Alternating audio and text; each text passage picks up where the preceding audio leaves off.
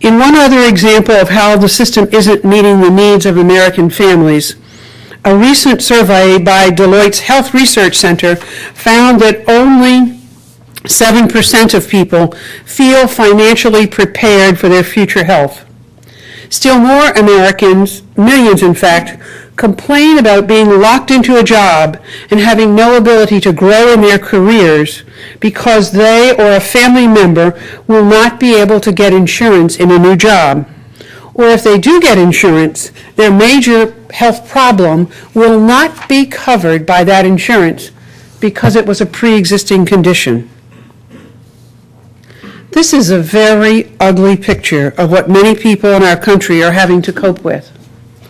It is no wonder that opinion polls continually show that the public wants a better health delivery system and believes that we need to act as a nation to get one.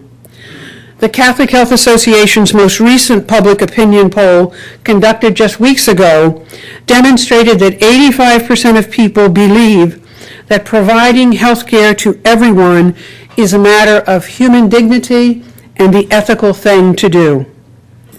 It is incumbent on a nation to act in its own best interest and in the interest of its people.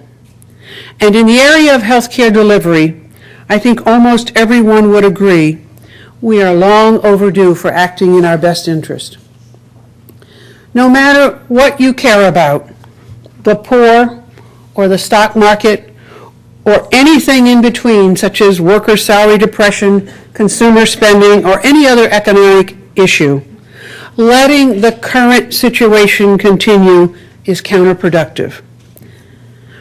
My bet is that historians looking back will marvel at how we as a nation allowed ourselves to be convinced of such a significant number of utterly inaccurate beliefs about healthcare delivery.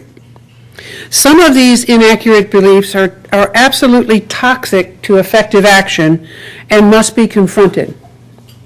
First, many people in the United States have been absolutely convinced that there is no possible way that we could ever cover everyone, and we just have to accept that. This is in the face of the fact that every other industrialized nation in the world, spending much less than we spend per capita, covers everyone. In no other area that I am aware of do Americans believe that other nations are smarter or more compassionate than we are. If they can do it, it would seem to me that we ought to believe that we can do it as well, and perhaps even a little better. Another crippling misconception is that we have been led to believe that we have the best health care in the world, as demonstrated by our health status and our outcomes. It doesn't matter whether the study is authored by United States researchers or foreign researchers or an arm of the United Nations. We consistently, in almost every health metric of importance, score poorly against other industrialized nations. Often very small and relatively poor nations even score better than we do in critical areas.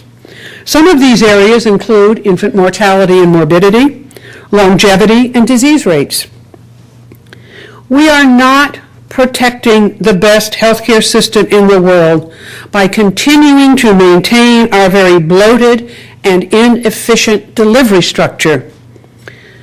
In our last attempt to get meaningful health reform, we were convinced as a nation, after looking at the issues and the complexities of those issues, that we could simply not afford to cover the over 40 million people who didn't have insurance. We were convinced that we could simply refuse to cover them. And thereby we would avoid those costs because we simply couldn't afford those costs. All we had to do was say no, and we could avoid the cost. That is one of the most tragic misconceptions we ever accepted. Nothing could be further from the truth. It has become clear and very well documented that today the uninsured are getting care in the most expensive and least effective places to get care. and that the costs for that care are being passed on to the American people and American businesses. Just this month, 2 researchers from Columbia University, in a study sponsored by the Commonwealth Fund, reported on the cost of health care for the uninsured.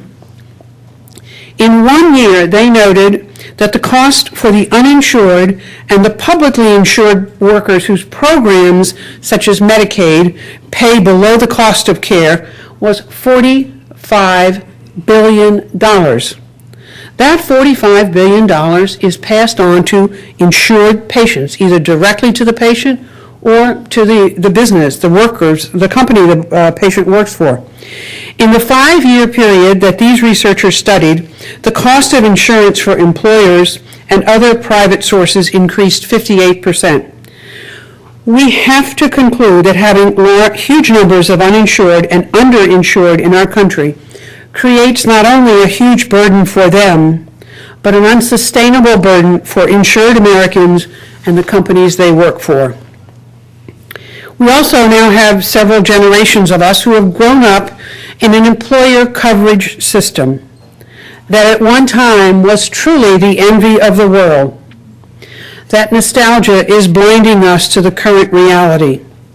We have many people clinging to a post-World War II system of financing health care, believing it is so superior that we should never touch it, even though today we have ample evidence that it often takes better care of the stockholders of the insurance company than its policyholders. One has only to look at the rate of return for stockholders and executives of large insurance companies to see that for most businesses, insurance has been a very big challenge for the past 20 years. Insurance itself has been a good stock to hold and a good business to be in.